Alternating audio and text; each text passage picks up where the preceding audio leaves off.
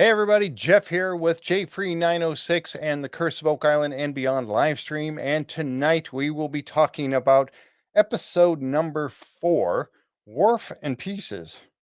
Wharf and Pieces. They always come up with colorful names, but maybe I'm missing the point on that one. Anyway, Wharf and Pieces, episode number 4, season 10 of the Curse of Oak Island. Tom Burns is joining me here tonight, and we have a special guest co-host also tonight. We'll introduce him in just a few moments.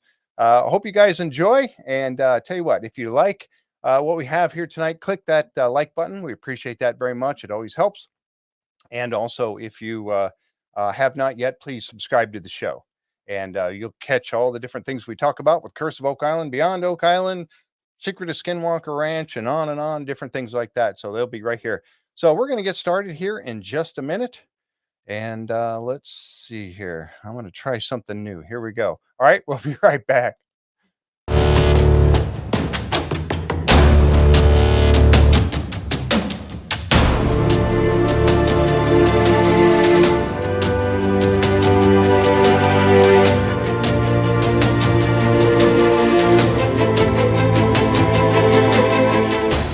Everyone involved in the Oak Island universe is that type of person. You guys, I can tell you're that type of person. You hear a story like this, you latch onto it like a dog, and you're just like, let's go. And yes, it's frustrating. And yes, you want it to be solved tomorrow. And yes, who doesn't want to find a chest of gold? Of course we do.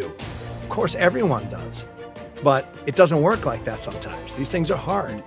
And so it's taking what it's taking. And that is, in this case, 10 years. Right. Yeah. How does it affect us in changing of the history, or getting down to the nitty gritty of the history? It won't change history. It will explain. There you go. Perfect. Thank you. That's what I was. It will explain parts of North American history you've never thought about. See, I can't. The History Channel could not have come up with a better teaser than we just did right here. So I tell you what, stay tuned, folks, because this is going to be a good one. I can't wait. This is Robert Clotworthy, the narrator of The Curse of Oak Island. And I have a question for you. Could it be that you are listening to The Curse of Oak Island and Beyond live stream? This is a top pocket find, mate, for sure. All right, we are back, and we have Tom Burns and our special co-host tonight, Mike Groleau. How you doing, guys? Good. Tom's muted still. There you go. See? There you go. How you doing? How you doing? I'm back. I'm here. All right. Oh man. So I had that new little intro that I put together, and I just worked on that the other night and got that done. I don't know. Was that okay? Was that any good? I don't know. Hopefully. Look pretty good to me, but folks, I do take this shirt off from time to time. I notice I was wearing the same shirt. Honest. I try to switch it up too sometimes. So Mike Groleau, welcome to the show. We've had your wife on. Now I get to have you on the show. Great. Thanks for coming. Yeah, it's a pleasure to be here. So we know that you were on the episode of Beyond Oak Island with Jess, of course. And that was Return to Poverty Island, I believe was the name of that one. And you were out there doing some diving and everything. You got a chance to meet Rick, and well, you've known Rick for a little while, I guess, and Maddie Blake and everything. Tell us a little bit about all that and how you got involved in this stuff.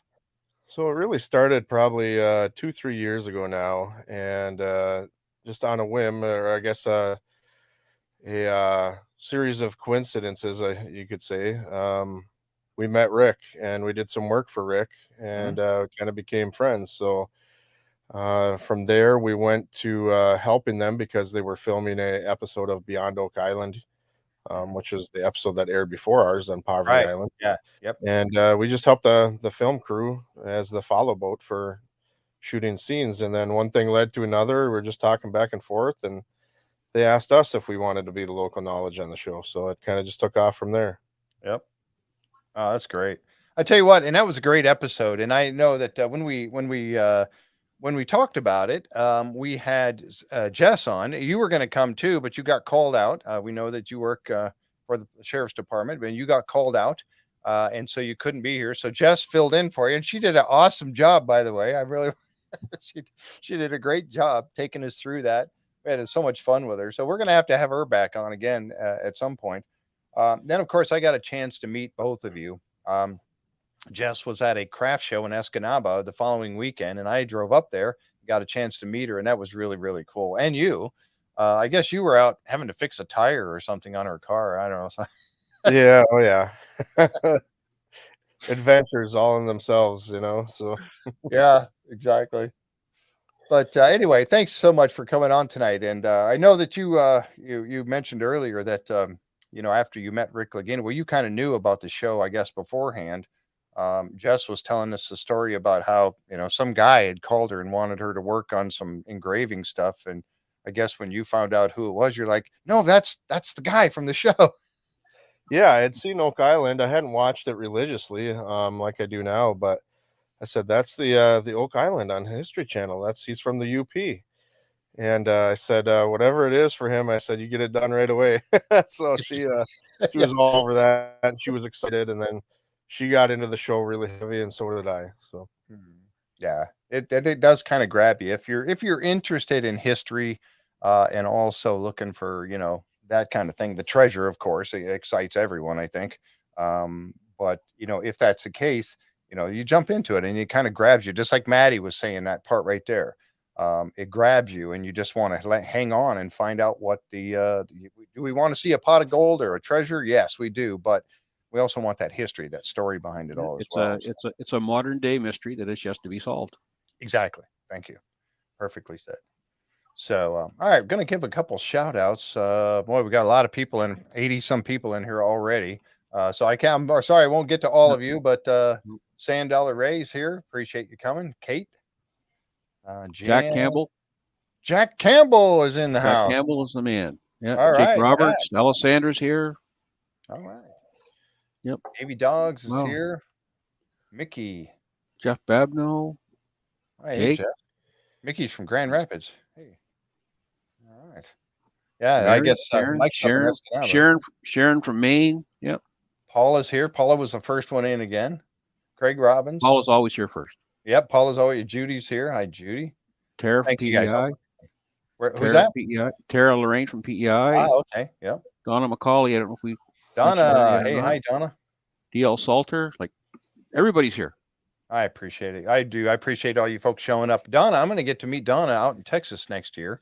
Hopefully we can arrange it when I'm going to be going out to Gypsy Jules is having a metal detecting event out in Texas on the 17th of March. So I'm going to that. So I'll be out there with her on that. And then after that, I'm going to be sticking around Texas for a little while. We'll let you guys know if there's anybody out there that would love to, meet for lunch or something like that. Let me know. I can't buy everybody's lunch, but I'll certainly, I love meeting people out there. I really do. So I'll be out in Texas. I'll let you guys know when it gets close where I'm going to be and all that kind of stuff. But, look who's there. Here we go. Oh, making me color pictures. All right. Hey, yep, Mike Owen. Keep her occupied. Yeah. Oh, Jake Roberts is here. Hey, Jake, how you doing? Yep. Keith Wood. All right. Anthony Castle. Hey, how you doing? AO's here. Seth Bound. Oh my gosh. Thank you guys for showing up here tonight. I really do appreciate it. Click on that like button if you would, and subscribe if you haven't already done so. We like that very much. Subscribe to the channel. All right. So another good episode, I thought, last night. They keep them coming. And I think that, and Tom and I and Mike, we were talking about this a little bit in the pre-show, talking about the fact that, now that they've got something really, really cool going down in the ground, with Dumas Mining, who showed up on this episode last night. Now we're going to get to see bits and pieces of this exploration underground. I think it's going to be awesome. Well, we know they were there in June. We know they were there in October. We know they filmed until October. Yep. Right. So, it's not, everybody used to say, oh, they drag stuff out. They drag stuff out. They drag stuff out.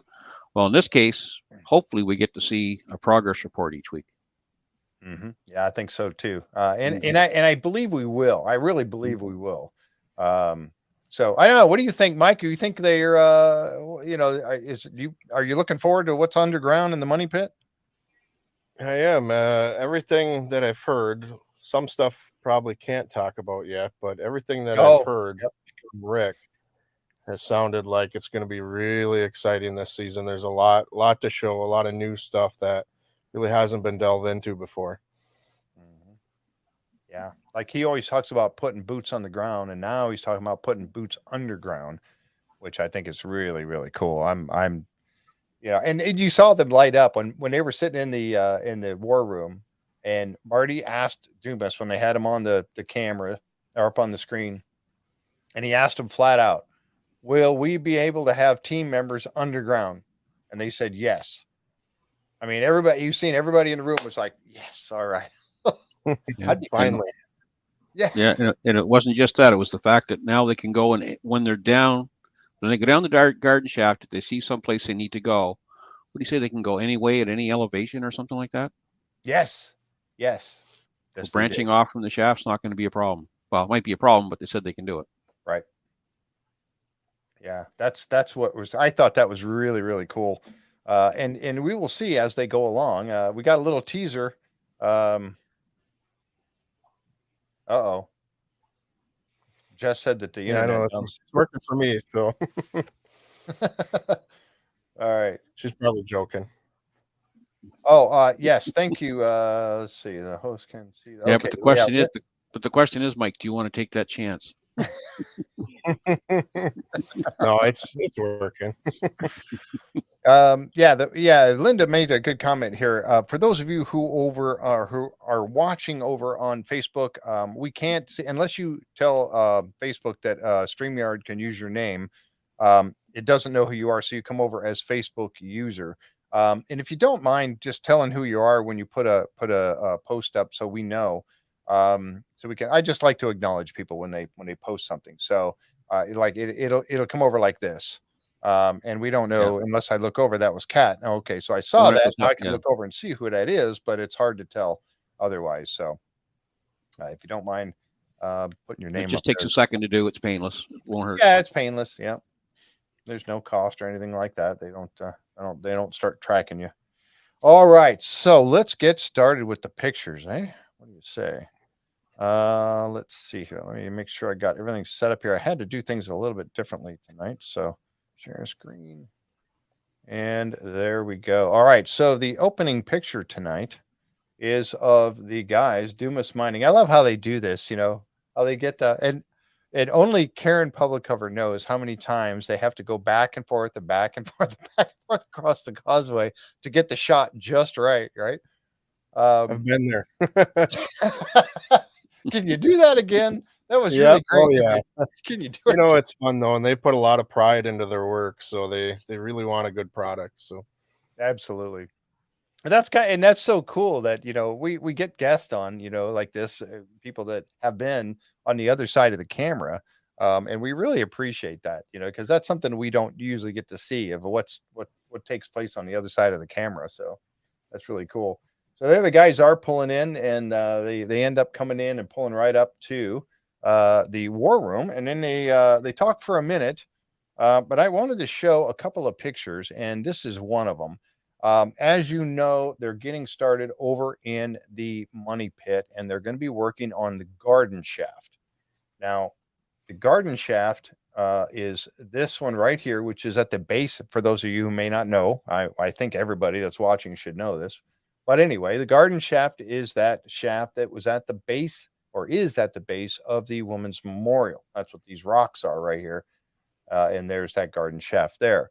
Um, and as you well know, they put sonar down and they found this tunnel down here, or what appears to be a tunnel when they put the sonar and the camera down. I think it's a tunnel. And it looked like it was heading off in this general direction towards the garden shaft. So now they're going to have Dumas going in there and they're going to dig down or refurbish the entire shaft. And then they're going to be able to get people down below and down on the ground. So, and Yeah, that's something we've all they're going down 77 feet in the garden shaft, right? Yep, exactly. Let's see. They found the shaft. They found this particular shaft in 2017. And then they named it the Garden Shaft after they put the memorial in there. And this was one that Dan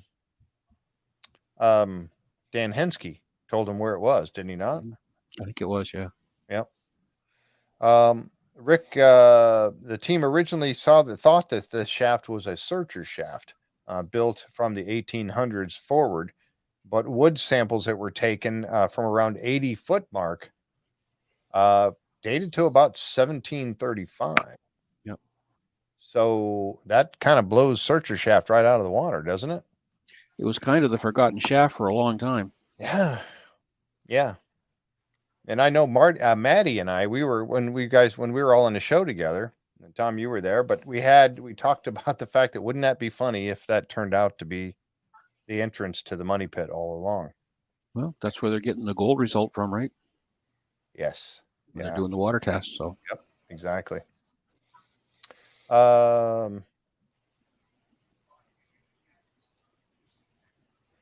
That's very true. I think that even if it is, Arthur, I think that even if it is, or was in a offshoot shaft, or what we're calling that, a shaft that was going up above ground, that it's at this point it got water in it as well. I think. I don't know, but you're right. How would you get all that gold and the content in the water if it wasn't flooded? That's a very good point. This is why I like the interaction with the people in the chat, because you guys come up with some really good things there, and that's a very good, valid point. So we're hoping that as the guys get down in here and they start working with the garden shaft and they start getting done in it, we're going to hope. Remember, what were they saying about going off from the original? Yeah, it's going to be. Yeah, it doesn't look like a direct. People are saying, it doesn't look like a direct line. Well, I mean, right now, I think they're just those diagrams they're putting up now are based on the sonar plus the drill program. So the drill program could be pointing them in a slightly different direction. Yep. So here it is here. There's the look at that. This is the garden memorial. And the garden shaft is underwater right here at the base of it. And you see where the guys are drilling right now. And these are the guys from Dumas Mining have shown up, and Rick took them out there with Billy Gerhardt and Scott Barlow to have a little powwow right there and show them exactly what's going on. There's the guys there. And with Scott. And here's some of the names of the guys. You're going to be hearing some of these names as we go forward over the course of the next 20 weeks. So you got Daniel and Al, Paul right there, Cameron, Arlie. Am I pronouncing that? I'm not sure. I heard it on the show, but I'm not sure if I'm pronouncing it correct. I apologize. And then Bert. So these are the guys that are going to be working there from Dumas Mining. There'll probably be others coming and going as they do, but at least you'll get used to hearing their names, I'm sure, like I said, over the course of the next few weeks. There's another look at what they were getting ready to observe, and Rick was out there talking to them about this. And I have to show this too. At the end of it, when they were wrapping it up, that little meeting right there, and they asked Rick. Rick was talking about it when he finished up. He said, "If you need any help down there." I'm in. I'm in. Put me in, coach. I think that'll be a long line. Yeah. Oh, I know, right? You got to think of the emotion for him. They've been after this for 10 years. And then since before that, since they read that article, and I think it was Reader's Digest. Yep. For that moment for him, it was start of something big. It was I was super excited to see him super excited. So. Yeah, I think he goes right to the head of the line. Yeah. Oh, absolutely. Yeah. He's the one that's kind of, calling the shots, because Marty's there. Marty's only there a little bit during, a week here and a week there during the summer months. He comes and goes quite a bit because he's got all of his other business interests and stuff going on. So do you think he'll go first, or do you think he would give that honor to someone else? He's just that kind of guy, right? That's a good point. That's a very good point. who would I don't know. He does. He likes to honor somebody else and let them Mhm. have the first at doing things, but Mhm. I don't know. It's like that Think- time he got in the bucket of the excavator and had him lower him down 50 feet into that hole. Yeah, but there probably wasn't a long line of people waiting to do that. Yeah. No, I would have done it. I'd have done it in a heartbeat because it was so hard. That was back when they dug that big hole right there, 50 feet down, right there, down in Smith's Cove.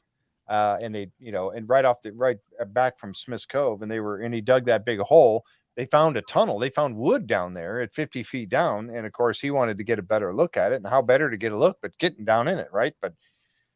And then when you seen Marty come out later, and Marty had the harness on, and he had the rope line going back, the tie off line, and was trying to look down in the hole a little bit better. As soon as he got down there and he saw that actually Billy Gerhardt's Was excavator under, starting yeah, to it was undermined. Yep. yeah, and the ground was not stable. That's No, it was crumbling underneath him. Well, it's all around. It was sliding. yeah. You Yeah, run any no. heavy equipment, Mike? A little bit, Yeah. mostly payloaders or front end loaders, skid steers, stuff like that. Yeah, me too, kind of thing. But yeah, he's yeah, if I was to get in the bucket with anybody, I'd get in there with Billy Gerhard, I guess. Paula says Dan Hensky should be first. That would be good, wouldn't it? I'd like that. Mm-hmm. Dan's he's like the elder statesman there now, I think. Him and Really, he is. Yeah. yeah. Yep. Good point. Yeah, Wade agrees also. Yeah, that would be good to get him down there. So yeah, so Rick wants to go down. I would too. That would be fantastic to be able to get down inside there, especially if they hit another tunnel or some sort of opening. So we got some pictures we'll show at the end there a little bit too, but yeah, that's really cool. So Yeah, the just guys, go ahead. yeah, it was going to be someone like Dan Reed, and anybody did have one of those.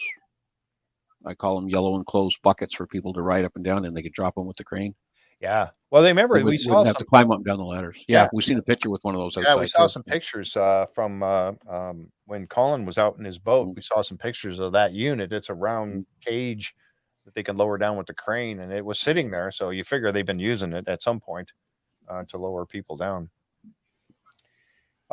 So the one of the things too that was mentioned, water testing revealed gold in the water there at the garden shaft. There was gold in the water for sure, and that's something that Ian Spooner brought up again when they were in the war room having a meeting. Scott, then they're talking. Scott tells Dumas about the water testing program that started last year, and that the shaft had tested high for gold. Yep. And a good point that was made by that, I forgot who made that point again earlier, but talked about the fact that, that gold must be underwater, or at least part of it, to get the high content of gold in the water like that. So, yeah, I hadn't thought about that. It's a very good point. He also tells Dumas that the team believes that there might be a tunnel at the bottom of the shaft. Dumas will drain it and remove some dirt and then install a new wooden shaft. And I've got some pictures here, of course, me and my pictures. This is kind of a artist rendition of what it's going to look, or what it looks like when they drain it, of course. And then the reconstruction or rehabilitation of the shaft itself, so it's stable again. And then get down to the bottom, and if it doesn't already tie into something, they can easily tie into another existing. Yeah. They also said they could go deeper if they had to as well, right? Yeah. Because the original shaft 12 went down to 123 feet. Yep, that's right. So yeah, they can definitely go deeper if they need to. So And that was one of the things that we always talked about before, is that when they were putting the caissons down, and if they put a caisson down in the ground and they go past an opening or a tunnel or something, they completely miss it. They might have a void area. And there was some of the episodes I remember where they were talking about a caisson not, having no resistance. It was just basically falling. And they were going through some sort of a void opening at that time. And we were jumping up and down about getting cameras down in that hole, which they probably did. But the caisson, when they keep going with it, it's going to block off that tunnel. You'll never know. Now, as they're doing this tunneling process, they'll be able to know if they come to an offset shaft of some sort, that they can then, strengthen that up and actually go up in there. Well, they said they're going to be able to put probes, excuse me, probes to the side of it if they have to as well, right? So, Yes, exactly. Yeah, very good point. Thank you. Mhm. So, more to come on this. I can't wait to see what they end up finding. They jump over to the money pit next, and they're working right here on L16. That's what. Now I don't know if this particular picture is L16. It seems like it's a little too close to be L16 in my opinion, because L16 is supposed to be way back over here, way down here at the bottom. Now, if you guys remember, K15.5, that's this one right here, is the first one where they hit an opening. Then they had M16.25 was another one where they hit the opening and they put the camera down and then they put the sonar down. The camera revealed the wood that was crushed as the probably when the drill came down through there, the casing came down through there and pushed it and crushed it down a little bit. And then they put the sonar down in there and they found what appears to be at the elbow of a tunnel. And they imagined it was running in this direction. So that's why they hit L16 first. L16, they went down, let's see, they were telling Rick shows up and they were telling him they were down to a depth of about 108 feet. Yep. Now they're doing, then they're going to end up doing D17, which is this one right here in just a little bit. But they did find some wood sample. Now, okay, everybody, more wood. More wood. We always, more wood. They found more wood. Great. Mhm. The cool thing about this wood, and we'll find out later in the show as we get toward the end of last night's episode, they carbon dated that wood, which is why the wood is important. So they can carbon date it and find out, is it searcher or is it pre-searcher? So that's a good thing to find the wood. Now, the other thing to keep in mind too, there is that's down 106.5 feet, right? Yeah. Well, if you're going to go down 77 feet in shaft 12, you're 30 feet away in vertical height. Mm-hmm. So something's got to, if the two are going to meet, something has to go up or down or slope. Exactly. Very good point. As they're going in that direction, you're right. And then, so when they get over to, they're at 108, and that's about where 107 to 106.5 to 108. And that's about the same depth that they found the tunnel when they hit it at M16.25. So, Yep. there's that tunnels there. That's just, there's no doubt now that's definitely a tunnel. So it has to be. I mean, the wood didn't get there by itself, right? Exactly. Yep. So it has to be a tunnel. So this wood will become significant as we go along here. The offset shaft that we were talking about is this like something similar to this. This is what they put together to try to describe what an offset shaft would be. Of course, you got your money pit shaft here with a 90-foot stone and all of that were, or could it be where they are now? And then this offset shaft that ends up going up into a chamber that's supposedly up out of the water, so that they don't, so it stays high and dry. So that's what they mean when they talk about an offset shaft. Yeah. And also the difference in height. So when they get over to, they come over to the war room after this, and they also worked on borehole D17. And I'll back up just a second.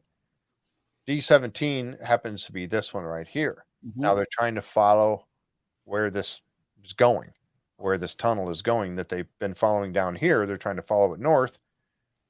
And of course, they come to D17. Now, D17, they hit wood at only, what was it? 70 feet? 70 feet. Yep. Yeah. So they hit wood at 70 feet. They found several pieces of wood, and it looked like they hit down the side of a wall or a beam of some sort. So they had chunks going for several feet, which indicates to them that they're on the edge of a wall or something of the tunnel as they went down. And I didn't grab a picture of all those because I was getting believe it or not, I actually felt I was getting too many pictures. So I didn't grab a picture of those pieces. That was one of them. Oops, am I going No, they show them later on in the war room anyway. So Exactly. Yeah, they do. So when they're working on this, they got those pieces about 70 feet, which would indicate that, like Tom just said, you're up about 30 feet from where you were at L16 or M16.25. Now you're up about 30 feet higher than that. So is that the offset shaft? Or is it? I don't know. So the only way you can get any kind of a clue on this without boots underground is to look at the wood samples and get them carbon dated, C14 dated. That's really the only way. And Rick had made a comment about this area, and I'll jump back to that real quick to say that this area all over here is what he called under investigated area of the money pit. By them for sure, and probably by others. Now, I asked Maddie Blake when we had him on the show, they were spending all their time way over here. And Craig Tester and working with Steve Guptill decided to start working their way up here. And lo and behold, now they're finding what they've been seeking for, tunnel wise. Let's see. Winston Smith said a vault would likely have air until pierced by a borehole, which will let the air out and the water, and as the water enters. Good point, Winston. And if you remember when they hit last season, they drilled AB 13, which was right about here. It was right in front of the garden shaft. And they had the water and air. Air was blowing up out of there. Matter of fact, they went and got a gas detection monitor, make sure it wasn't H2S or anything like that coming out of there. So they went and got a monitor and monitored it, but it was blowing, all that pressure was coming out of there. Water and air and everything was blowing out of there. Could that have been piercing that hole? Now, they had the gold samples prior to that, so I don't know. Something was under pressure. yeah, you really got to think about the elevations now that we know that there's wood down there, and the various depths of the shaft, whether you call it shaft 12 or the garden shaft. These two holes that we see this week, or the two drill pilots that we see this week, and the changes in elevation, are they going, was somebody mining tunneling up, or were they tunneling down? Exactly. Yeah, that's an excellent point. What? Yes, too many pictures. Yep. It's just so funny. Yeah, there was a ladder sticking up out of that when they first found it, and I showed some of the pictures of Maddie was actually standing on it. But I made a little video I put together with Maddie Blake. It was when he was on the show for the season opener, and I put that together and put it up on YouTube. It was just the segment with Maddie, and I added some pictures to that as he was talking of that very thing. So if you haven't checked that out, you can look at that. It's up on the YouTube channel. And I was reflecting a lot of the pictures as he was talking to kind of get a better idea of where we were at with all of that. So, all right.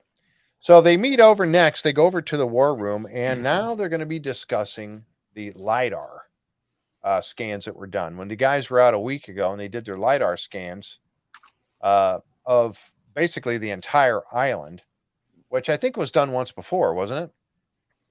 It's been done at least once before. Like 2016 or something like that. I Yeah. get the actual date on that. Yeah, I've seen different Lidar images from earlier. Yeah.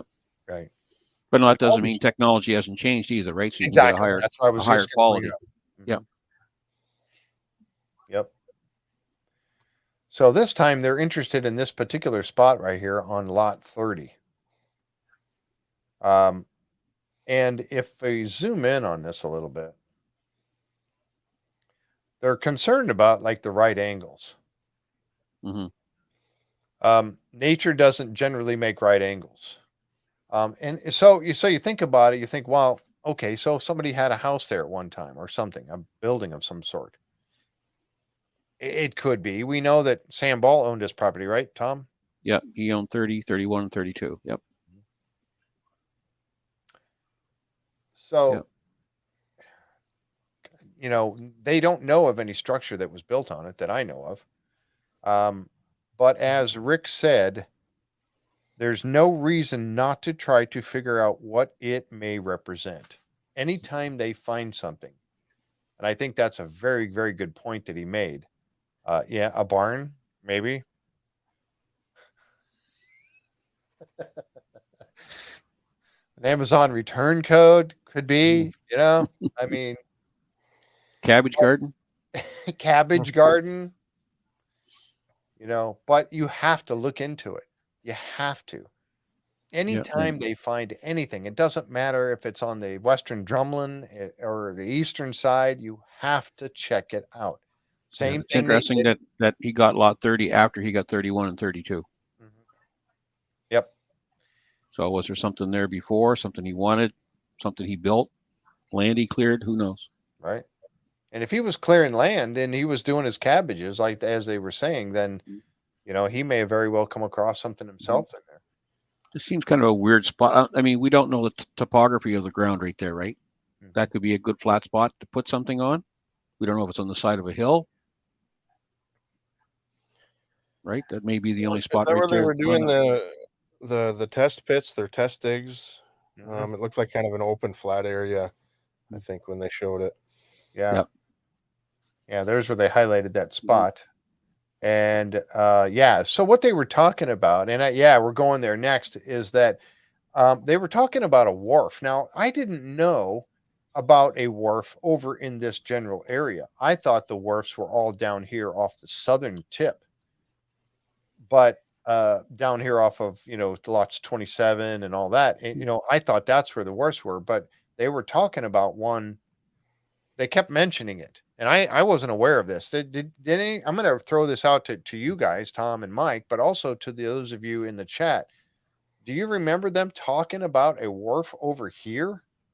I know Tony was diving this area. Tony Sampson went out and dove these areas, but I don't remember him necessarily talking about a wharf over here. But The only wharfs I remember them talking about were down in lots 24, 25, and 26. right, He had a commercial, what they thought was a commercial wharf. It was quite large, and then another smaller wharf. But I don't recall anything off of. I mean, that's pointed right towards the swamp, right, or part of the swamp. yeah, yeah, yeah. Jim Barros had never heard of that. So this might have been one that they knew of. That they, for whatever reason, it didn't make the show, or at least I didn't catch it. One of the worst further down from where that Tony dove on. Yeah, because Tony was diving over here. Yeah, Here, they thought. off. Yeah, Terry Duvall, when he looked at the aerial photographs, Yes, identified a wharf, but it was up on the other side of the swamp, headed out to sea. I don't think it was down coming there. across. It was coming across this way. He with was the using rocks out, Stone Road. out towards the open water. Yeah. Yep. So this is a new one for me. I don't know. Yep. Exactly. So as Mike was just mentioning, they did find a lot of stuff over there. Now this is that box. This is that red box. Whoops. This is that area right here. That I'm pretty sure that's what's being represented by this blue box in here. But you see the things that were found in this. I love this picture, and I would love to. And I don't know if this represents, it's only this looked in this one area here, but I'd love to have this for the entire island, because this is showing where they found everything that the Geary has found up to this point. They're showing exactly where it was, and I love this. That's why I snatched this picture. I wanted it. Ox shoes, lead bullet, ox shoe part, ox shoe again, rifle pieces, lead object, nail, strap, pin, jackknife. Remember that when they found that piece of jackknife? We don't know how old that wasn't that old, that piece, I don't think. Yep. All the things they found over here. And over here is where they found a lot of stuff. And this is why they're saying there was a wharf over here, or some sort of an encampment. Iron stove parts, iron pins, wharf pin, more pin or possible tool, ox shoes, lead sheathing, ship dock spike, all kinds of stuff that was found right in this area. So ask yourself a question. What does this particular potential stone structure have that none of the others have that they've investigated? This one has artifacts. Yep. All the other stone structures that they've looked at down around the swamp, it's just like somebody picked them clean. Didn't leave a thing behind. Right. But now this one is covered with stuff. Yeah, that's why I think that this is, when they were talking about that and they talked about some sort of a wharf, that would make very good sense because Mhm. this is where you're bringing stuff off a lot of, in a kind of a staging area here. And then were they taking stuff? Is there some sort of a road or something that goes across right here? I don't know. There is ox shoe parts, but we know that, some of this area was probably being farmed also. Don't know that for a fact, but ox shoe parts were found. So I don't know. But this is really neat. All these things. That cloth bag seal. Remember that? The bale seal that was found? Mm-hmm. That's right here. Yeah. Button down here, pistol trigger guard. So a lot of things that they found over there. So anyway, I thought that was a really cool picture. So we Really could good done. see. And again, like they talked about finding a camp on lot 32 in that spot right there. So is that some sort of a camp? And is there a path that leads over to lot 30 from there? So you can bet that they're going to experiment with that coming up. Okay, so this is an aerial look at that area. So lot 32 is right sliver of it right through here, as you can see lot 32 from the swamp right there. You got a sliver of it coming down all the way down to the bottom down here. So part of this is lot 32, probably that line right here, I would think, something like that, maybe. Looks So like that's where, go ahead, I'm sorry. Yeah, as you say, it does look like it. Yep. So now they're going to be working over here in lot 32. I'm sorry, lot 30. This isn't still in lot 30. And this is what Mike was just referring to. Right now, they're working this spot right here, lot 30. So they're putting their test pits in or whatever. Yeah. Yeah, exactly. And Laird had mentioned being very methodical, slow, make your way through it. And they want to see if they can figure out where there may be a structure or whatever they find. And I love Laird how he does this kind of stuff. He doesn't, go in here with a preconceived notion of, oh, I'm going to search for this and see if I can find this. No, he goes in and he digs to see what he comes up with and then pieces that together based on the evidence to come up with an answer. And that's what they're doing. They're doing all these test pits. So they got Helen over there, and of course Rick and Laird working these little test holes. There's another shot looking back, kind of give you an idea of where they are. So they're not that far from the beach there on lot 32. No. And it's actually, if you see this blue tarp right here, if I back up a couple pictures, that blue tarp is right there. Okay.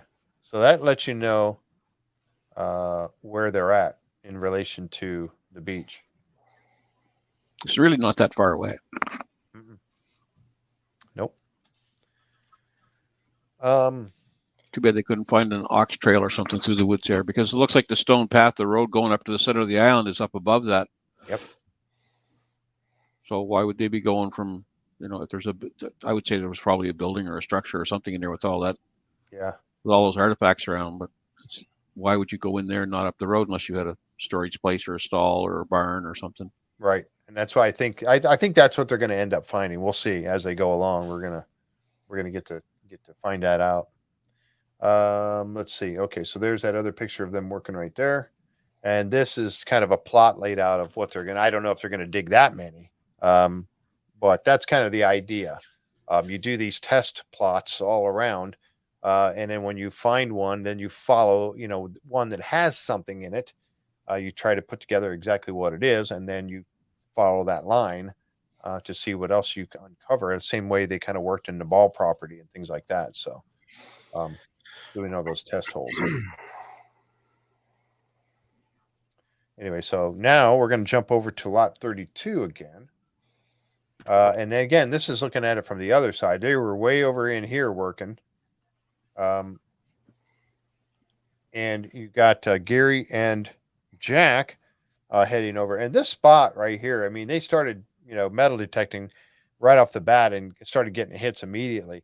I'm not as schooled, I guess, with my metal detector as Gary is. He's been doing this for years and years and years. But some of the beeps he was just skipping right over. Now, I like, Gypsy and Donna are kind of like, dig it. If you get a hit, dig it. I don't care what it is. I'm that way too. If I get a hit, I don't care what it is. I'm going to dig it up. But he passes over stuff because he keeps talking about that. Oh, there's a good two-way repeatable.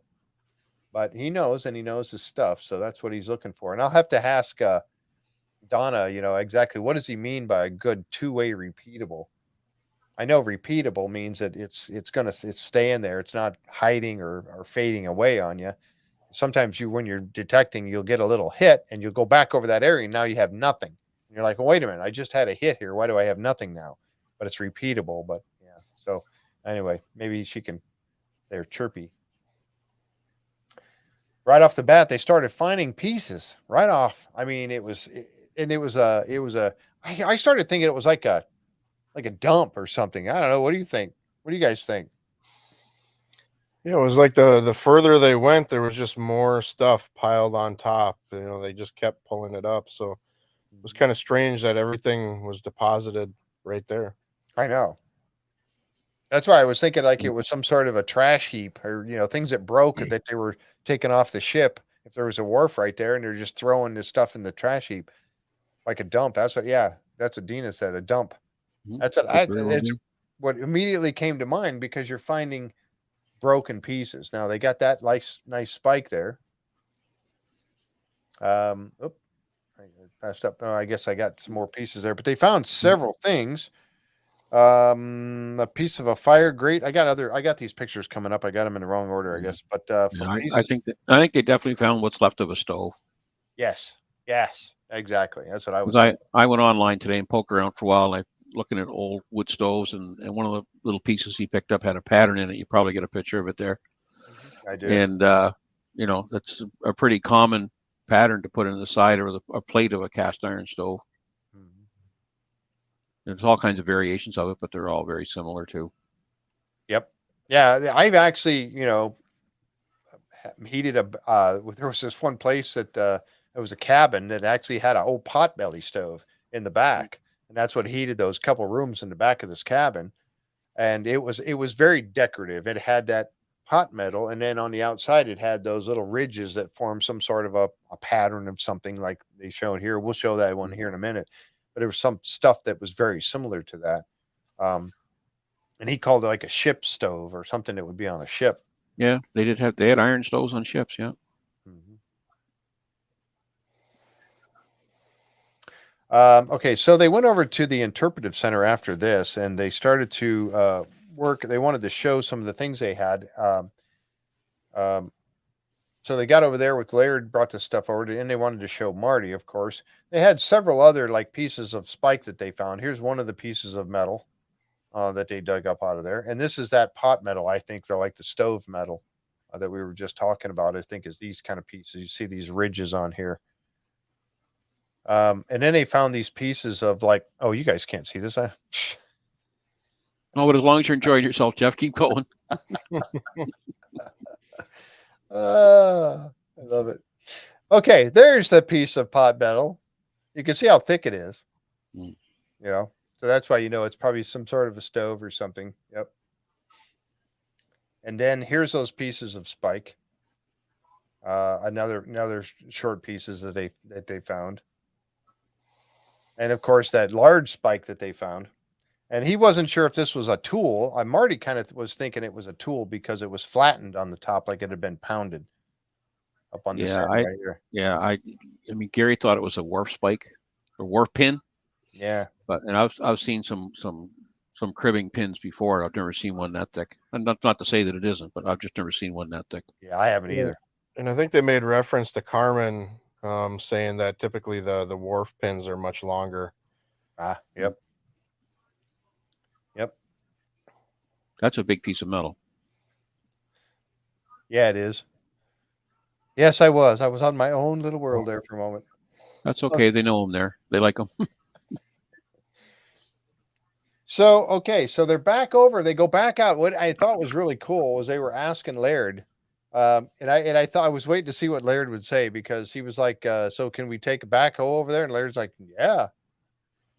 I thought for sure he was going to say, no. What do they call it? Billy's trowel? Yeah. So they do. They go back over with a tractor with a backhoe on it. And yeah, it's all good with Laird. Right off the bat, they started finding stuff. As soon as they dig down in there, they got this piece of lead sheeting that was found. I don't know what in the world this piece was or is, but we'll get more explanation on that as they go along. It's curved down here on the bottom. It curves out right there. And it's thicker. I don't know. And there's that decorative piece right there. There's that piece there. Yeah. But you can see that on a lot of different things made of cast iron, but most common to me would be a stove. Mm-hmm. Yep. Looks like a corner off a door, or could even be off, off the side panel or one of the hot water tanks on a stove or something like that too. Yep. Let's see. Didn't a boiler explode early on? I think one did. Now that you mentioned one did, but it would have been further. And I don't think that a commercial boiler would be, have that type of decoration on it. Right. But yeah, there was a boiler explosion at one time. There was, yes. Some of the searchers had a boiler out there that blew up. Yep. I think, yeah. Could be a latch for a stove. Mm-hmm. No, copper would not be. You're right. Okay, Uper. No, it would not. That wouldn't be part of a stove. No, that would be. I don't know. They used it for lining stuff and wrapping around edges of metal and or edges of wood, I should say, and then nailing it down to hold the pieces together or something. But yeah, it wouldn't be used on a stove. I Wouldn't take the heat. Wouldn't take the heat. Yep, exactly. Yeah. There was an explosion. It was a money pit area. Yep. A person died. Yeah. Yeah, that's true. Robot said that's a perfect spot for surveillance ships coming into the harbor during the American Revolution. Benjamin Franklin had invented pot-belly stove. Was that him? Was that who invented it? Benjamin Franklin? Linda says when the boiler exploded, one man died. His body was never recovered, and they never identified who it was. His name was the first one on the memorial in the parking lot. Yeah, it does look like a seashell decoration.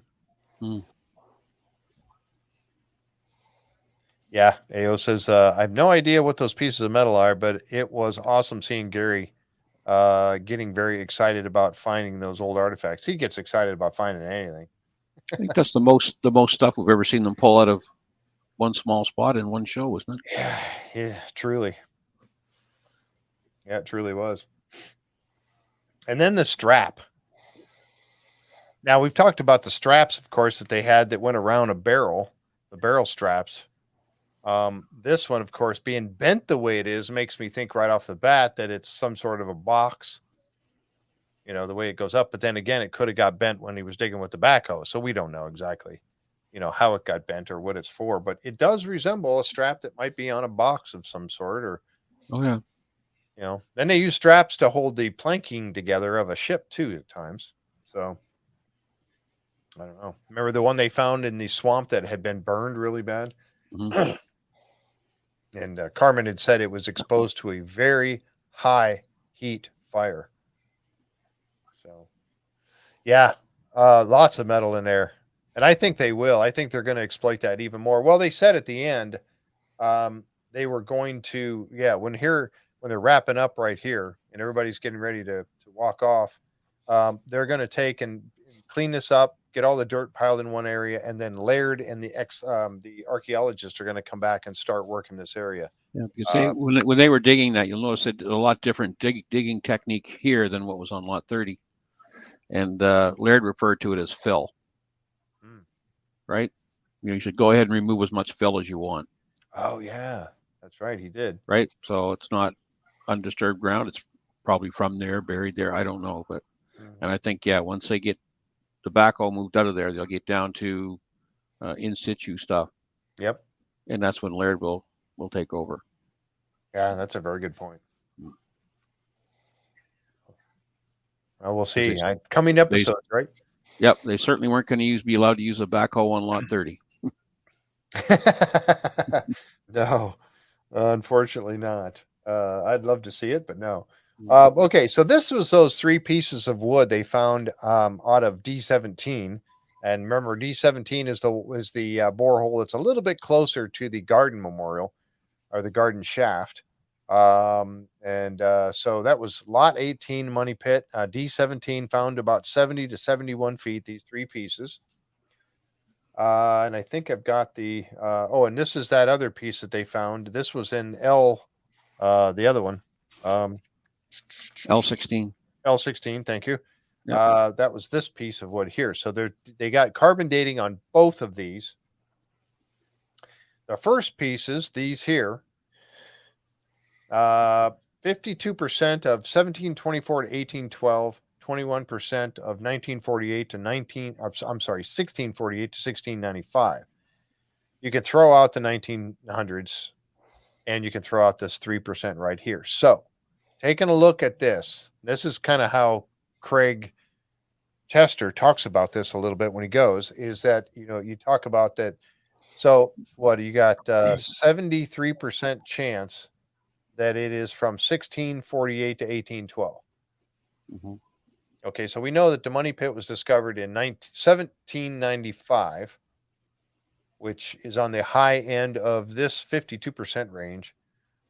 Is it possible that the wood was from, that 1795, they started digging, they went down as far as they could, they stopped. And then is that when the Truro company came over next? Was that but that was many years later that the next, the next search in the money pit began. The Truro company didn't even really take a hold till like 1840, Okay. 1850. Okay. So I don't know if anybody was there at 1812 working that area. So does that tell us that it's not searcher wood? I think it's very likely that it is not searcher wood. Would you Yeah, agree? even if you consider that, let's say a tree gets chopped down and gets reused 25 years after it was chopped down, you got to add 25 years to everything, right? Mhm. It's still going to make it early, and most likely pre 1795. Yep, I agree. Yep. Thank you, Curtis. I appreciate that.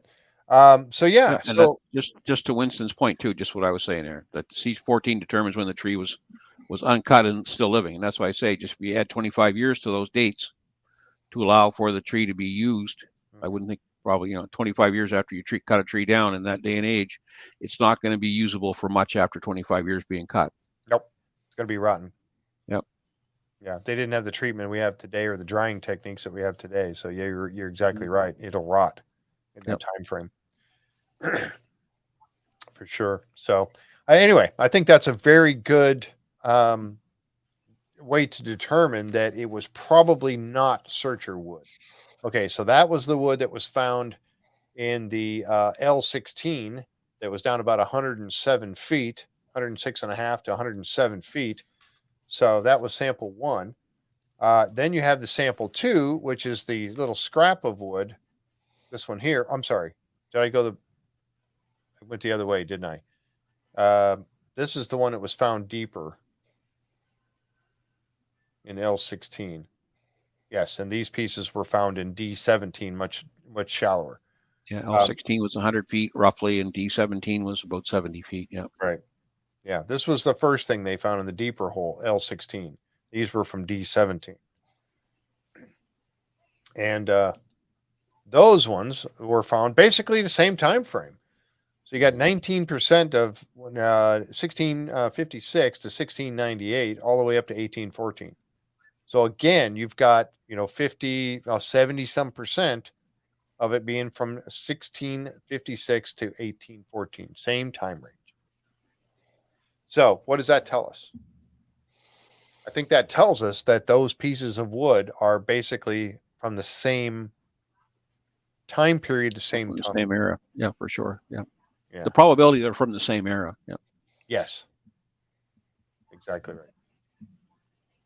So that's why, again, people get, all they ever do is find spikes and and pieces of wood. But those pieces of wood tell a story. And it's like you diving, Mike. I know you go out and you dive. Everything you find down there, right, tells a story. Every little piece of evidence that you find down there tells a story of some sort, right? Yeah, and if you find something small, it might not be significant at the time, but when you combine it with everything else that you find, it maybe points you towards another theory or another explanation of what's going on. Exactly.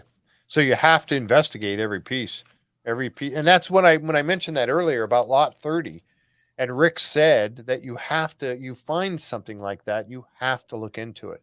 You'd be silly not to look into it because it may not be anything important. It may simply that one spot that they were digging might be a dump, but at least in that dump, you can find out what people were dumping, and you might be able to get a date of some sort of when that dump was there. Was that after 1795? Was it before 1795? That dump. Okay, so you find those pieces out of there. Same thing with where they're looking. What looks like there may have been a building of some sort on lot 30.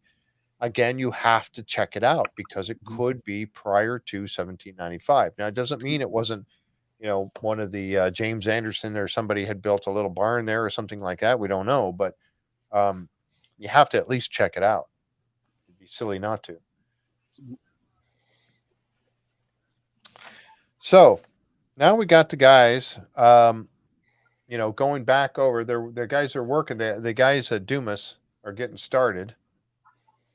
And don't forget to bring the pictures back up, right?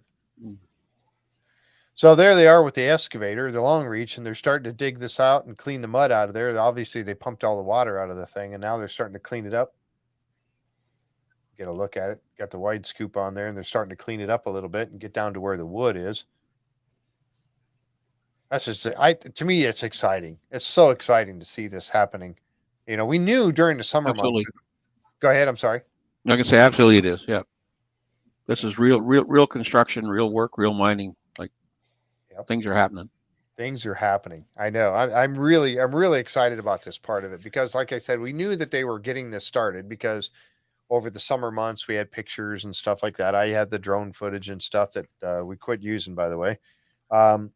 I did use it on my intro, but it's all distance pictures. Yeah, we actually were asked not to use any more drone footage of that kind of type where it's looking down on them during that. We were asked by the Oak Island team not to use those, and we will not use it anymore. We're going to abide by that. So we won't be using any more drone footage during the time they're filming or anything like that because they've asked us not to. So if you wonder why we stopped, that's why. And we want to honor that their wishes on that. But anyway, so here it is. Look at that. There they are starting to put their beams up and get ready for their entrance. Remember they talked about this side over here being the entrance where people would go down. And this side over here is the utility side where the hammer grab and lowering things in and out of there is all going to happen on this side. So they're going to put this containment on top. They're going to put a concrete pad all around the outside.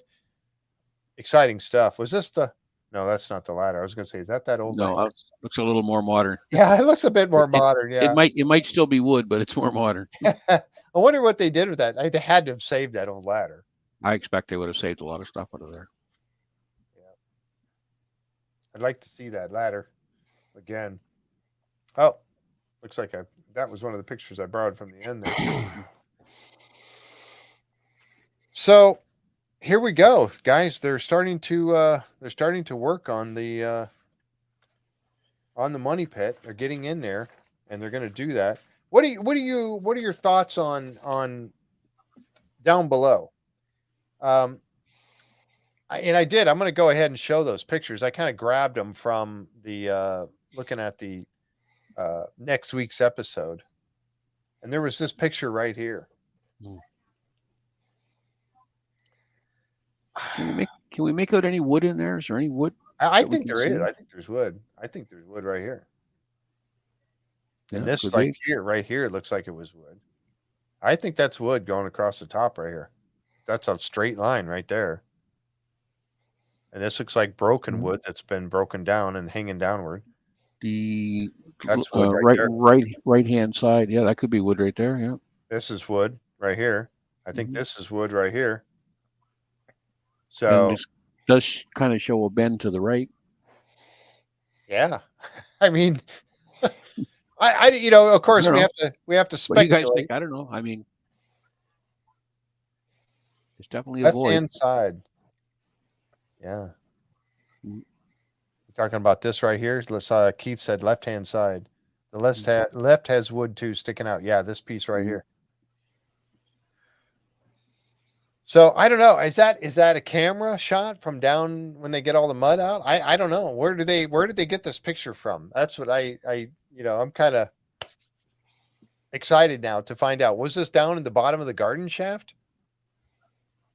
Was I this wonder if they got another camera down one of the choice drill holes. That's what I was wondering. Is it down a different borehole? I don't know. This is exciting to me because and I'm sure Rick is beside himself about it as well, just simply because it's getting eyes down there again. This looks like a sonogram of twins. And Henry makes a good point. Are there any artifacts in there? That's what you keep looking for, right? Right. Is that a pile of artifacts in the middle there? See the circular part? Yeah. Right there looks like a circular hole. Is there something that's been encrusted there? Is that just some soil or soot? You call it silt over top of artifacts? Yep. Remember what Dan said he saw at the bottom of 10X, right? Yeah. Thing was covered in silt. Yeah. And it was very thick. Yeah. I remember when John Chatterton went down there and he disturbed it before. I mean, it was so fine, like a layer of stuff down on the top of everything that just touching or moving around was stirring it up. So that's why it scares me the most. If that's a tunnel and you start to pump that water out of there so that you can get access to it, is the whole thing going to come crumbling down on you? It could, because the water's helping to keep the pressure and holding it back, right? Mm-hmm. Which direction is that heading? I don't know. No. Yeah, this is a little a mini second clip. Yeah. Yeah, definitely has more light than the flashlight that they tied to the other one. That's true. It was a nice flashlight, though. It was a good flashlight. Yeah, it looks like a support beam in the center. That's exactly what I thought too, right across the top here. And you see, that's what's funny is, this shows you when they bring up a piece of wood and we all go, okay, it's another piece of wood. It might have been a piece of wood from this right here. Another beam that goes across the top, and you're thinking, oh, it's just a beam laying in the dirt. Well, yeah, it might have been a beam that Dunfield pushed back into his hole when he pushed the spoils back into the hole. Or did he save those spoils and put them somewhere else and fill the hole in with dirt that he got from somewhere else? I don't know, but he could have very well pushed wood back into the hole when he got done. Now that would be just a mismatch of different levels, and it could be old, it could be searcher, it could be, whatever. But when you're finding it actually in a opening like this, that tells me it's part of the tunnel. I don't know. I could look at this picture like this, stuff like this all day, because you can just speculate away about what it might. And we're presuming they're showing us a tunnel and not a shaft. Yes, exactly. Well, the thing you lose too is you lose perspective when you have a camera, when you don't have something down there to judge by size. We don't know if we're really close, really far away, how big stuff actually is. Very true. Yep. Could it be importance of a drain tunnel or one of the flood tunnels? That could be. Yep. If it's a flood tunnel, it's a beauty. Yeah. Well, and I thought about that. I kept thinking about those flood tunnels. They had to be dug out by a person or people, so they had to be in there. And they talk about some of them being 4 feet high. So it had to have been at least big enough for a person to get through there and still be able to dig and get the dirt out, right? The flood tunnels.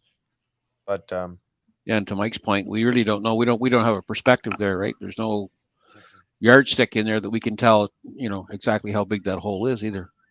Nope. Unless there's some sort of measurement on these little dots on this, you know, crosshairs here, but I don't know. So that's, yeah, very old. It definitely looks very old. I'm just, oh, here's another one. I forgot I had another picture.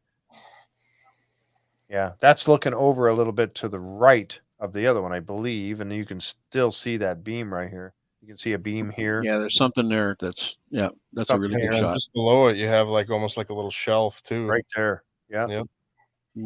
Looks like a rock holding something up, holding Yeah. that beam up almost. Yep. Right here. Rock on top of a stump or an oak tree or something with a branch beside it. Yeah, it looks that way. Yeah, doesn't it? looks definitely some vertical stuff going on there. And again, we don't know, like what Mike said, we don't know the angle of the camera here either. No. Yeah, we could be looking down for all we know. Yep. But it's that's fun. a really good shot. Yeah, yeah, I love this one. That was a good picture there. That looks like almost like a whole tree trunk going across there for a beam, like a rounded tree. They did. Remember when they brought up some of those. Remember they had some that had the numbering on them, the Roman numerals, like 3, and then to tell you what, you know, they marked them up above, of course, and then put them underground so you knew where to put them. This And one we know if it's down there 70 feet, it didn't get there on its own. Exactly. Something else I thought of too was, you know, if they were drilling these boreholes or dropping down the casings, and maybe this is a tunnel, did they hit the top of that? And then that's a collapsed tunnel too, and that's a collapsed beam on top of stuff. So Could be. it makes sense as well. Yep, absolutely. And they know when they put that casing down in M16.25, when they drilled that borehole, they did break part of the roof of that tunnel, and it broke the wood down. So they could have done this multiple times, you know, when they were doing the boreholes, or even the caissons for that matter, putting those caissons down there. That was one of the things that really concerned me too. When they put those caissons down, when they pulled the caisson out, they backfilled it. So if there was a void down there, like C1 had a big void in the bottom, we know that because they put a camera down in there. They actually sent a diver down into C1. So go ahead. Is this the top of a tunnel, perhaps? And that straight line at the back is the top squared edge of a treasure chest? Ooh, wow. I don't You know. want to speculate? Let's go all in. Right? It looks like that's the top of a tunnel. Yeah. Right? Shored up by a post and a rock or something there. Right. And then something straight at the back of it. If we're considering it, thinking that it's a tunnel. Everything else is round, but that's the only thing down there that looks square. Yeah. It's a chest. There you go. Mystery solved. We found it. All right. Mike, get Rick on the phone. Yeah. Yeah. Oh my gosh. Oh, you know, like I said, you guys know me too well. That's a great shot. My speculations, but it truly is. I mean, there's so much, you know, so much to see here in this picture, yet so much to try to figure out or guess at, you know.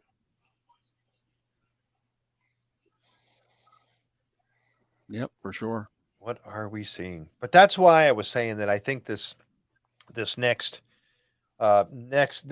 episodes this season are going to be so fantastic because of the fact that we get to see this operation. And as you mentioned, Tom, the fact that they're going to be over the course of the next 20 episodes, they're going to they were there right to the very end when Dumas finally left the island in October or first part of November. That they were working during all that time frame. Now toward the end, they might have been securing up what they have for the winter so they can go back next year and continue. But still, I mean, well, the initial program was to go down 77 feet in 50 days. Yep. I think it was, right? And we know they were there like 140 days. So what did they do for the other 90 is my question. Yep. Yeah. Oh yeah, Jackie, definitely more than 50 days. They were there. They were on the island when Henry and I were down there in June, and they didn't leave till October. So there's, 4.5 months. Yep. So what do you guys think? Oh, Jim Barlow said that box you saw, that square ledge, that's the ark with the cherubim broken off. Ooh. No, it's not. I tell you, of all the things that If it could is, be, we're leaving it. If it is, we're leaving it there. yeah, don't touch it. I that's why I was talking about that before, is the fact that if that yeah, I don't want the Ark of the Covenant to be down there. Because we're not supposed to find it yet. Okay. Yep. Let me check I that think, out. I think you're right, Linda. Let me see if I can find it. Let's see, where is that at? Is that on the Facebook side? Oh, here it is. Let me get back over here. There's somebody brought up a good point here I want to show. It's Catherine says, if it is underground full of water, shouldn't we see some suspended particles floating? Is Well, it I the think hatch? I'm in sorry, that go ahead. in that first one you showed on the very bottom left corner, you could see what looked like common when you're diving, when something touches something or it disturbs the water. Kind of in the bottom left corner, it looks a little cloudy. Yeah, right here. Well, both those photos actually look underwater to me. I don't know if they are or not, but I would that's say so. typically what it would look like with a flashlight underwater. Mhm. Yeah, I was trying to find exactly.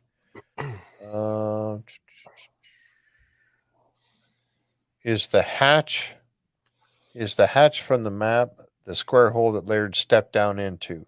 No, I don't think so. If you're talking about the first time that Laird was on the island and he actually had to borrow boots from somebody else and he jumped down in that hole, I think that hole he jumped down into was an old latrine. And I think that he said he thought that's what it was too after he got done. I mean, obviously many years ago, and there was not going to be any remnant of that sort of thing there now. Thank goodness.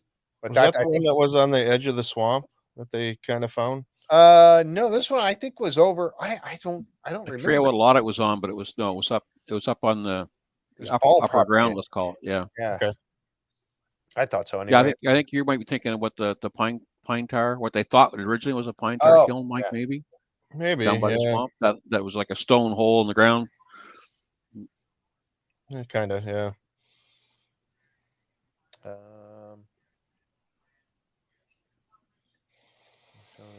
Okay, I was just reading some of the chat here. Some good stuff going by. So yeah, so that I don't think that hatch. I think that hatch is up by lot 4, up by the road that cuts across, separating the northern lots from the southern lots. That road that goes across. I think that hatch is up there. You're talking about the hatch on Xena's map now? I think so. I think that's Yeah. if that's what you meant, Catherine. Let me know. She said, "Is the hatch from the map that square hole that Laird stepped down in?" Yeah. And if she's referring to the hatch from Xena's map, I would say Right. no. Right. Exactly.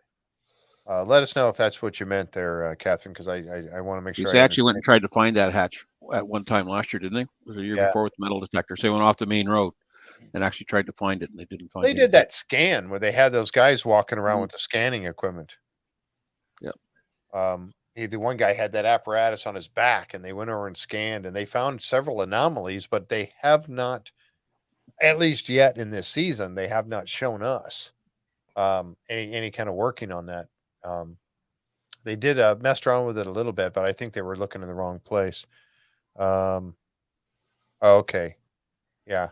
Oh, that's Catherine there. She said yes, Xena's map. Yeah. Okay. Yeah, I think they're two different spots. Yeah, I think so. Somebody said they thought it was down by Dave's place, which would be lot 23, somewhere 22 down that range. Yeah, let me see if I can. This will be a test of how well my pictures are organized. Let's see, maps, Oak Island maps. So do you guys think they're going to find anything earlier than 1700s down there?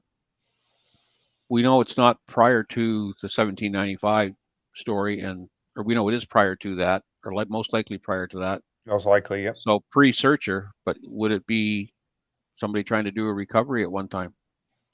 They weren't searching; they were recovering. I think so.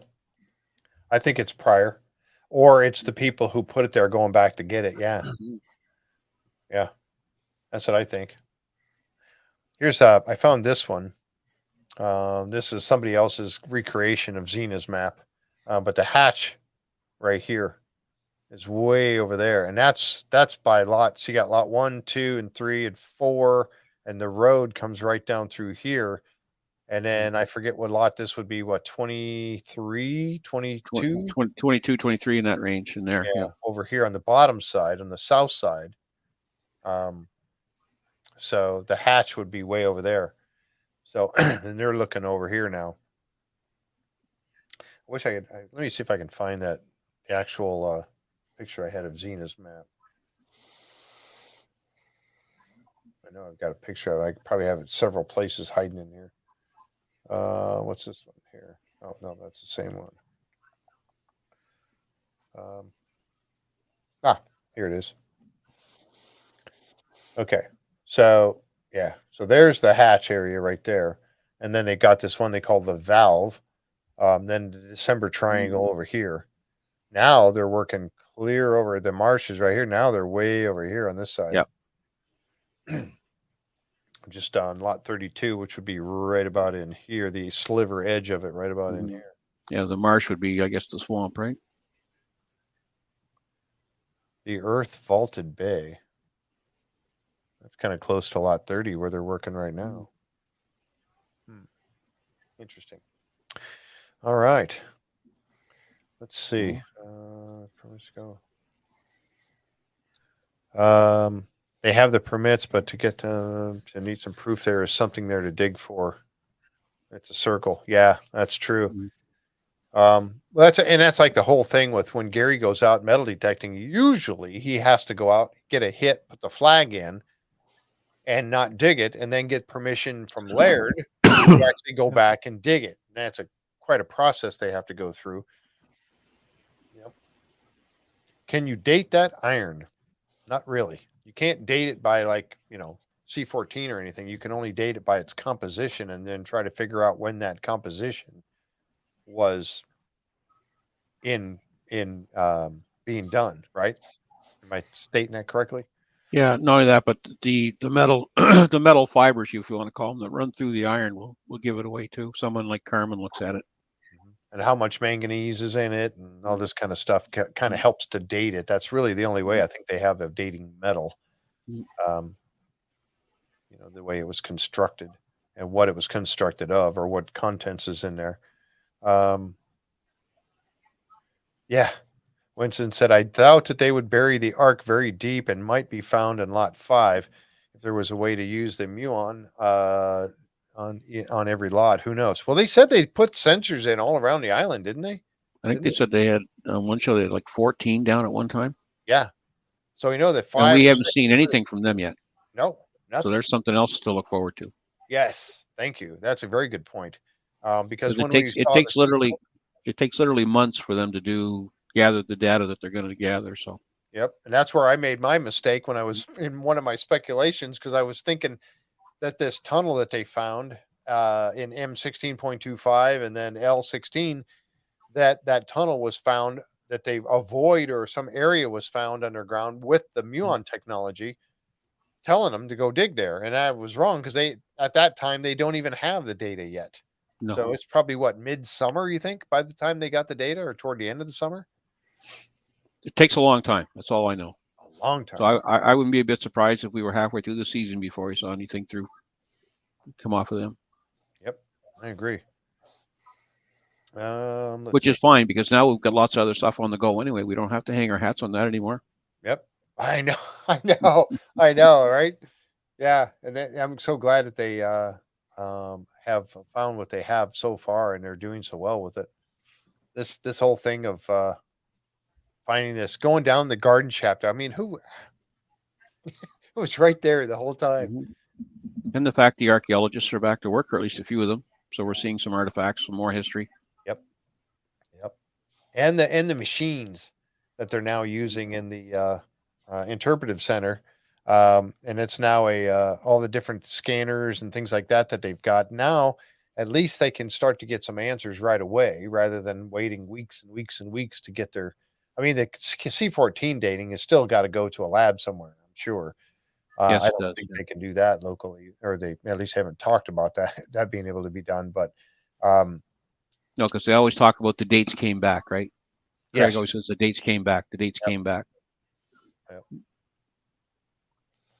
I was just going back through the chat to see what I might have missed here real quick. We're done with the pictures and the episode. So I'm kind of curious. What do you guys think? I'm going to put that question out again. For those of you out in the chat, what do you think about is at the bottom of the garden shaft? Do you think it just ends, or do you think it ties into anything down below? What do you guys think? What do you think? Now we've seen that picture. We don't know if that picture is from next week's show. It was done down a borehole. Was it a camera down a borehole, or was it down? I don't know if it was down the Dumas. I don't think it was down the. I don't think they're down that deep yet in there. I think that's all full of dirt and stuff. They got to dig out. I don't know. What do you think? What do you think is at the bottom of the garden shaft down 77 to 80 feet? What do you folks think's there? And are they deep enough? Is 77 feet deep enough? Right? Do they need to go lower? Because we know from the drill programs they haul stuff up from 160, 170, 180. Yep. Yeah, I want to hear. Jill says tunnel that ties in. That's kind of what I'm thinking. Could very well be, because we know people were down there and they dug tunnels. You know, not everything was straight and horizontal, right? Right. I think it goes off in many tunnels. Hopefully not an IOU note. Yeah. I like that one. Oh, that was funny. That was Yeah. Tom. Tom said that when they finally found the chest, they bring the chest up and open it. There's an IOU in there from or a note in there from Sam Ball says, "Suckers." I owe you one treasure. Signed, Samuel Ball. Yep. Ooh, there's an interesting thought. That's kind of goes along with what you said, Tom. Could be. Thor says the garden shaft was a withdrawal. No need to fill it back Mhm. in. Well, to those people that try to tie Oak Island to the American Revolution and funding the American Revolution, 1700s fits, right? If Court's theory is true, yes. That means that any treasure was gone back, because Benjamin Franklin, Thomas Jefferson, how many of the guys from the American Revolution were there? They owned property in Nova Scotia at one time, did they not? I think there's a record of some of them owning property. So, and I had heard, and I don't know, I don't remember where I got this info, but I had heard that Nova Scotia was supposed to be the 13th colony. That's what was the original plan was, yeah. And so instead, they couldn't get it because it was going back and forth between the British and the French. So what they did was they took the state that was Vermont and New Hampshire and split it in half and called that their 13th, 12th, and 13th. That's where they got the 13th colony. Hi, Leah. Want to say hi? Hi. There she is. I take a bath. You took a bath? Took a bath. Yeah. All Okay. right. Cool. So yeah, tunnels that tie in. Got to go deeper. Is that is that what Indy's Antics saying here? Got to go deeper. They found the money pit, guys. David Patel says they found the money pit. The garden shaft is either the money pit or the money pit is immediately adjoining to it. Could be. Hopefully we find out this year. Yeah. No, it ties into about 4 tunnels that go north, south, east, and west. That's interesting, Keith. What makes you say that? Why do you think that, Keith? Anthony says another tunnel leading to the money pit. Could be. And remember, these people were not above putting in false treasures too, right? Exactly. Yep. Oh, we found it. This must be it. Yep. I like that idea that it was a withdrawal shaft. They went down in the money pit. They got what they needed. They took it out of there, and they left the hole. They left it there because they didn't care anymore. Well, who cares? Let them go search down there. There's nothing down there anymore. They took out what they needed. That's interesting. All right. Well, we got some interesting things coming, but I think we've got some great stuff coming up here, folks, for the show coming down the road for the next several weeks. We're going to get to see the more going on as Dumas gets further and deeper and wider down into the under the money pit. And you know darn well they're going to continue looking for stuff in these different lots around the island to find out, things that may tie and add more to the story. I think we got a great season ahead. I really do. What do you guys think? Absolutely. I think we do. I think we got a great season. Luke Clay. All right. That's it for me, guys. Final thoughts, Mike? No, I'm just looking forward to the rest of the episodes. It sounds like there's going to be a lot. So, yeah, I think so. Hey, Mike, if you'd like, I really appreciate you coming on tonight. If you want to later on, we can have you back. I don't know if you enjoyed yourself tonight or not, but yeah, no, it's fun. yeah. So, yeah, we'd like to have you come back. I'll reach out to you and keep you in the loop. And I like to change it around sometimes, get some different people in here because it's nice to get different perspectives. Everybody doesn't want to sit and listen to me talking all night long. So, we get Tom's opinion on certain things and Colin and got to get Dale Carney in here again and all that kind of stuff. So anyway, we'll keep it changing up for you, folks, and we'll be back here again next Wednesday night at 7:30 for episode number 5 recap. And tomorrow night we have Skinwalker Ranch for our we're going to be I'm doing an episode of Insiders Insights tomorrow night 7:30. And I tell you what, there has been, for those of you who like the Skinwalker Ranch stuff, if you are not an insider already, there's a link down below in the description of this show of all of my shows. There's a link down there for the insiders. But we're going to be talking about some of the great stuff that's been happening with the insiders and things that they access that we have to Thomas and Eric and Caleb, Dr. Taylor, Bryant Dragon, and Brandon Fugel was there the other day, and they have new stuff coming out. Pete Kelsey was there, and Pete's coming on the show. We got to work out a date for him. It's going to be after the holidays, but Pete Kelsey, the guy that does the Lidar, he's coming on the show. We're going to have him as a guest appearance on the show. But we're going to be talking Insiders Insights tomorrow night. I tell you what, it's cool. There's been so much going on now that the cameras have left and they share it with us, all of it. It's so cool. So check that out tomorrow night, 7:30. I got Shannon and also Richard Cornwell is going to be joining me tomorrow night for that. His first time on the show. So be here for that tomorrow night, 7:30. Thanks again, guys. Tom, Mike, thank you very much. And folks, thank you for being here. We'll catch you next time. We're right here on the Curse of Oak Island and Beyond the live stream. Good night. Good night.